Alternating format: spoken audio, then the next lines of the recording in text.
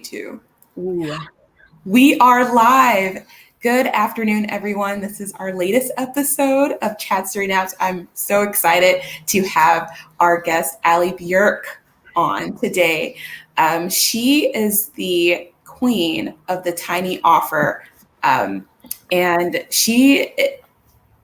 her story is incredible. We'll just get into it because, as you know, Chat Story Naps, I have a little one awake right now. We're trying to keep him busy. I know he wants to say hi too. So, Allie, can you tell us a little bit about yourself and your business? Yeah, absolutely. Well, first of all, thank you so much for having me. I'm excited to be here. And about my business, about me, it feels like it's a really long story, so I'll try to give you the shortened version. But I've been an entrepreneur for about 8 years now. My journey really started after my son was born. I felt really conflicted between the energy of wanting to be a working mom versus the guilt of dropping a child off at daycare. And, I started calculating the numbers of how much I was paying for daycare versus how much I was being paid and how much I was paying for student loans. And it stopped making sense for me to not, work for myself and be able to charge what my employers were charging for my time as a marketer and a social media strategist. So I ended up testing out, bringing on some clients into freelancing. I ended up replacing my corporate income within like the first 2 months with social media management clients. And then it really grew from that point. I every time I wanted to learn something new, I would buy a course or I would enroll in something. So eventually I was doing like Facebook ad management, funnel building, website building, basically all things tech. I just taught myself and dove into this world, but I really ended up falling in love with the whole info product world. And it amazed me how marketers were selling these products that had changed my life and taught me all of these skills. And I was like, I want to be on that side. I want to teach people how to do these things. But it took me a really long time to make the jump from being a student of all the things to trusting my own expertise and jumping into that teacher seat. So that took about, probably 6 years of testing out different strategies and learning before I finally was able to launch my own products. I was the marketer with no marketing for a very, very long time. And so it seems like once I finally turned the button on for my own marketing, things grew very, very quickly, but it was a really long process to get to that point. Wow. No, you said something that's incredible, and that's you were able to replace, I'm going to circle back, you're able to replace your corporate income within 2 months. And, a lot of people who start out as a freelancer, it takes a lot longer to replace the opportunity cost of their 9 to 5. Mm-hmm. How are you able, with little ones at home, to manage that? Yeah. So I should say it wasn't a 6-figure corporate income or anything. It was like $30K a year. So it didn't take a ton to get to that point, but I jumped right in with networking. I joined the local chamber. I went to BNI networking meetings in the mornings, like at 6 a.m. in the morning. And I talked to as many people as I could locally. And I found a need and a niche locally where I started doing social media management for it's just some tourism agencies in the area and different hotels, different businesses where, $500 a month per client isn't a lot for some of these bigger businesses. And I went very brick and mortar when I first started, when I was learning marketing. And, locally, I live in a small town and there weren't very many people offering this that were shaking their hands at networking events and standing up and, giving a pitch or a commercial at 6 a.m. like, hi, I'm Allie and I do social media management. They're like, ooh, what is that? Tell me more. So I found a need. I networked as much as I could, just, printed my own business cards and kind of stepped into that new role for myself. And it was hard to, jump into it. And I kind of feel like I faked it until I made it locally because I was, 20, probably 25. I had no idea what I was actually doing, but I knew that I envisioned a different life for myself than I was currently experiencing. And I just went for it. Yeah, no, that is awesome. And so what was the moment, when you're a marketer with no marketing, you decided, you know what, I'm just going to go for it. I'm going to be the one that helps or coaches other folks. Yeah, for me, it was really that gut instinct of not feeling like I was in alignment. I know as a service provider, I'm much more of a visionary. I'm not a detail-oriented person. So I would run into just letting myself down, letting clients down. And I remember this conversation that I had with my husband in our kitchen, and I was like, I can't do this anymore. I'm not cut out to be a business owner. I'm in the wrong field. Maybe I should go be a real estate agent or a personal trainer. Like, I had other self-employment ideas, but I was like, I just want to walk away. I don't feel like I'm good at this. I just, I need to do something else. And my husband talked me out of quitting. Fortunately, he's amazing, very supportive. And he's like, just go all in towards launching the products that you really want to do. Try the consulting, try selling these digital things that you've created. Don't just sort of sell them. Because I was in this place where I'd build a program and I'd like maybe do one post about it and nobody would buy it. And I'd be like, I'm a failure. Nobody wants my stuff. Like, nobody's buying anything. I should just quit right now. But I never fully went all in. So my husband's like, give yourself 6 months to completely dedicate yourself to going all in, like talking about it nonstop. And so I ended up launching this product. It was the first time I'd ever run ads. It was for a digital calendar. And I'd never really run my own ads because I was scared to do it. I didn't know if it was going to work or not, like so many of us feel when we're advertising for the first time. And it ended up working. I was selling a $27 product. The first day, I think I spent $30 in ads and I made 2 sales. So I was like, oh my gosh, I just doubled my money. What is happening? I didn't have to work for that. This is amazing. So I just kept adding more money into the Facebook ads and it scaled very, very quickly. So I'm grateful to my husband, first of all, for saying, like, you've invested so much. Don't walk away yet. Like, you have to go all in before you finally give up. And then that's the moment when it finally clicked. No, that's amazing, because you touched on something that every entrepreneur does, and kind of dip their toe in and say, "Oh my gosh, it doesn't work. It doesn't work. I don't know what I'm doing wrong." When they didn't invest the amount of time needed. And I like to circle back again how you said you took 6 years to really hone in on the business. And again, a lot of people get that, the shiny object syndrome, where they just see the finished product and they think, oh, I should be able to do that in 6 months to a year. So thank you for sharing that your journey did take 6 years. What were some of the challenges that you faced when you really started selling your products? I think once things started taking off, it happened a lot faster than I imagined. Once things finally clicked, it was like that hockey stick style growth where it was like took way off. And there were a lot of, mindset challenges of like, who am I to all of a sudden be running all these ads? Like, my business is growing. I need to hire. I don't know if I can manage people. I've never managed people before. So just this rapid growth. And then a lot of fear too of, what if this stops working? What if this is a one hit wonder? Or what if this is just by accident? Some of those thoughts of, just thinking that my luck was going to run out or something like that. So a lot of fear-based stuff started coming up, which, I think as entrepreneurs, we almost have to dig really deep into the personal development side. Because otherwise we wouldn't be able to keep going. There's so many challenges that if we don't start taking action, I'm gonna put myself on mute so the audience can really hear. And I may need to take myself off camera. Sorry. I apologize. It's like the perfect topic for this to happen. I was distance learning with my kids at home, and they were like smooching me all day and climbing in my lap. And it's, we're blessed to have that opportunity, but it's definitely a different world sometimes.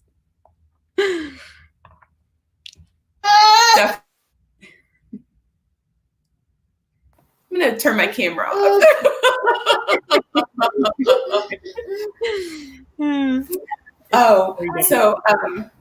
We since you've seen all of that, just switching gears a little bit, who are you to do all of these Facebook ads? But then again, how are you doing it with littles at home? It's funny that, hitting my little one, my precious angel, likes to hit me in the face with my cell phone. Yeah. But it can be a bit distracting when you're trying to grow a business. How are you able to accomplish that? Yeah, I mean, I think one of the reasons why I was able to continue growing is because I was relying on paid media. So I could be visible. It's like that, you can either spend a lot of time or you can spend money. And I ended up spending money to be visible because I just didn't have the time. So what I ended up ultimately doing is designing a system that allows me to sell things that are small things because it's easy for people to, make that impulse purchase to buy it. But sell a lot of them in order to really scale my business. But I didn't have to be plugged in all the time in order to be able to do that. So someone might see my ad while I'm at the park with my kids, and those transactions are still happening. People are still being introduced to me for the very first time, and I'm not like writing long form posts in groups anymore, and I'm not like actively in front of people all the time. So it's given me a lot more hands off and a lot more consistency and balance inside of my business. No, that you brought up another great point. You're full of gems this afternoon, Allie, so thank you. And the other one is time versus money. And again, so many entrepreneurs do not want to put their dollars towards marketing for whatever reason. Yeah. And marketing, he's saying, here you go. And marketing is one of the and marketing is one of the things that you should be putting a lot of money towards in order to get that visibility. Yeah, absolutely.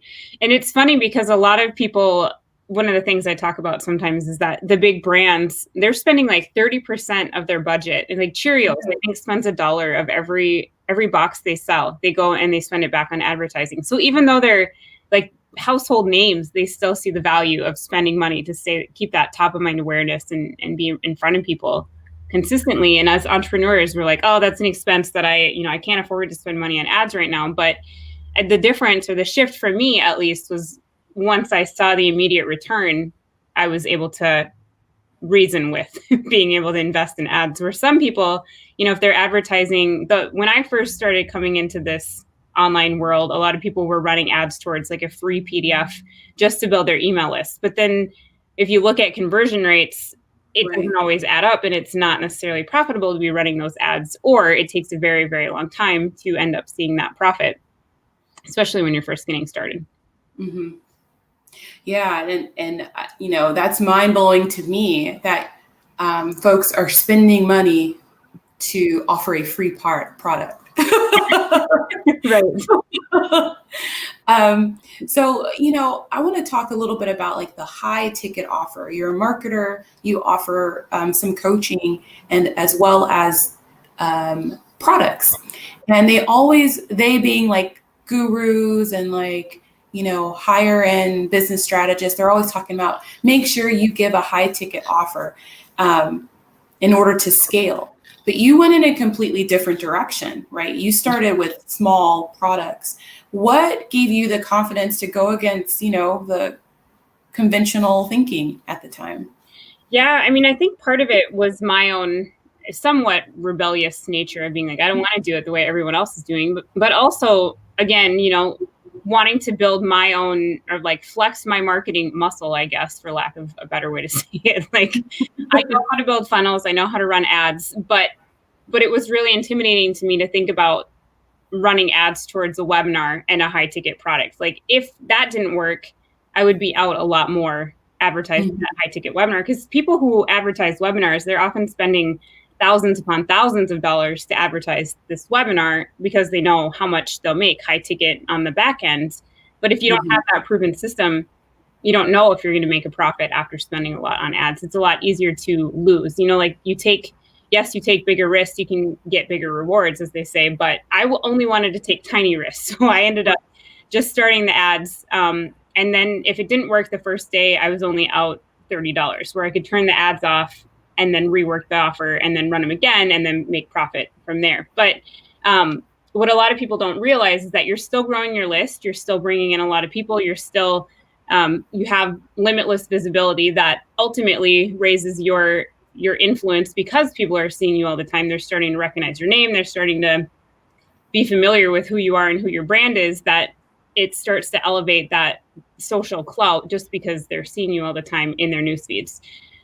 So I think one thing that a lot of people don't think about is that you're not ending with just the low ticket thing, because I've stacked the funnels essentially, where I have my low ticket funnel or my tiny offer funnel, but then I bring them in and I nurture them. And the tiny offer that they're buying is so valuable that by the time they're like, okay, I want coaching on how to build funnels or how to do, use digital marketing or use social media, be more visible, I'm the person they're going to think of for their higher ticket needs, because they had such a win from the tiny offers as well.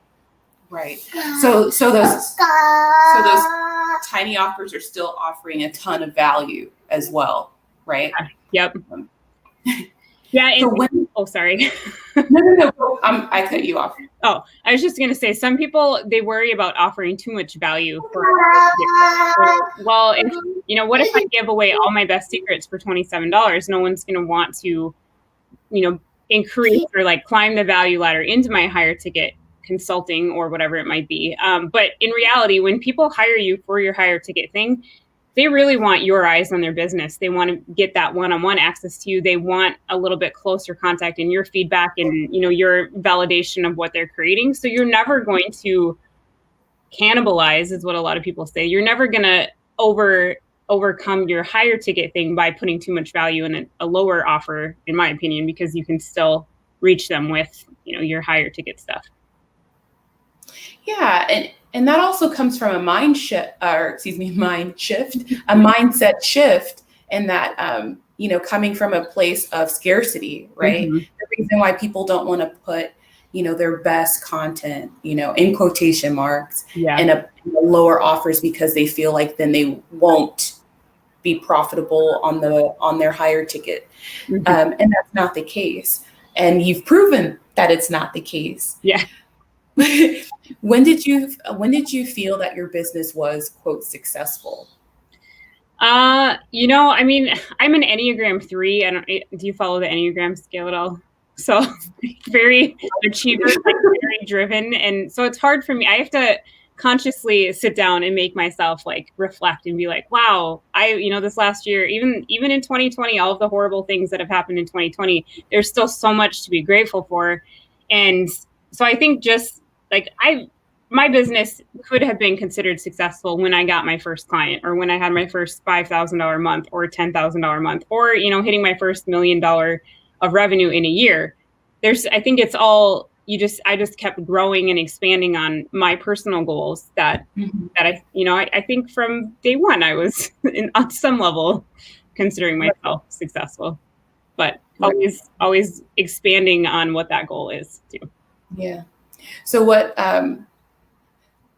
taking, I know this may sound weird, taking money out of the equation, right? Yeah. What is your measure of success?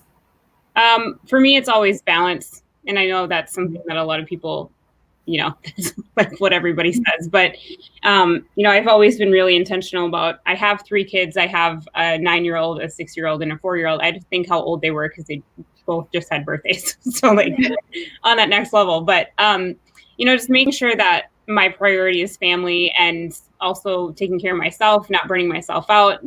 I always have really strong boundaries in place. So knowing my own success level is how happy I am and how balanced I'm feeling, how in alignment I am with what I'm, putting out into the world, the amount of impact that I'm making with, teaching students how to run their own businesses and have successful training offers and beyond. So I think as long as I think about the 3 tiers in my life as being time, money, and energy. And as long as I can stay in that sweet spot of only spending 20 hours a week working, taking care of myself, exercising, eating nutritious food, energy, but also, making enough money to be able to invest in my future and build that legacy brand for my family. That's, as long as I can stay in that sweet spot, then it's good. That is, I'm going to borrow that. That makes much more sense than when folks say work-life balance. That Sheryl Sandberg from Facebook, she always said, you can have it all, just not at once.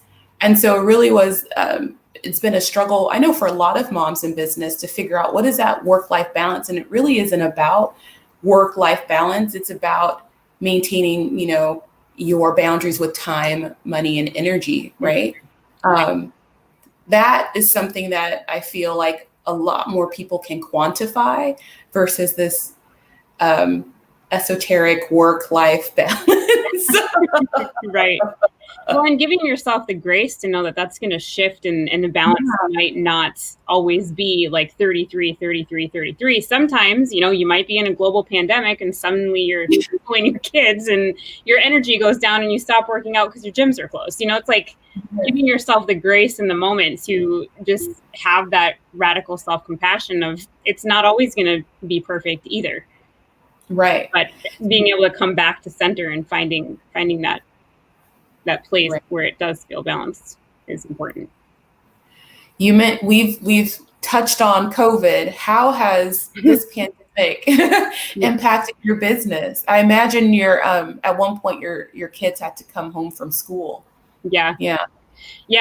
We've done the distance learning thing twice so far. So they were home from March on, obviously in the spring, and then recently our schools closed again early November, I think. So, I mean, it's definitely taken some just readjusting expectations for myself of what I'm going to be achieving in my business. But, what kind of business do I want to be running during this time frame? And one thing that we did, I was running a group coaching program on helping people create tiny offers. And we had crisis plans for people where, if something happened and they couldn't pay for the program, or they needed to pause, or they needed to do something, we didn't hold people to that strict contract of like, nope, you paid for it. Sorry, you have to, you signed, you got to stay. And we were able to, because I had business savings ahead, I wasn't relying on any payments to be able to keep functioning. We were able to be really flexible with people, and I mean, make the impact so that they could stay in the program for free or keep getting coaching so they can create their own independence because of, all the other things going on in the world and in their day jobs. And, there were a lot of ways to keep making that impact that wasn't financial, for sure. Which is that's I think that your students really appreciated that, and it goes towards creating more positive energy. And they're going to say, hey, how Allie Bjerk helped me out. You could, I mean, it comes full circle. It's like karma. Yeah. Also, when COVID was happening, then the Black Lives Matter protests were happening. Yeah. There was a lot of tension in the country, socioeconomic, because, there's folks that are COVID privileged. I hear that term. Mm-hmm. And then those racial, gender inequality. How important is it in your business to address social issues, and why? Yeah, absolutely. That's a really good question. I was just talking to someone right before I got on the call with you who is a diversity coach, because also myself not saying things that I wanted to say because I didn't want to come across as unintelligent or uneducated. And that was also part of my COVID speaking up, is just not having some of those hard conversations. So I've really been leaning into doing the work myself and not necessarily expecting other people to go out of their way to educate me, but being open to having conversations and knowing that I'm going to screw up and I'm not always going to say the right thing, and being able to apologize and being able to ask people if they're interested in helping me do better. If they're not, that's not their responsibility, but I think it is a really important conversation that I want to be having more frequently.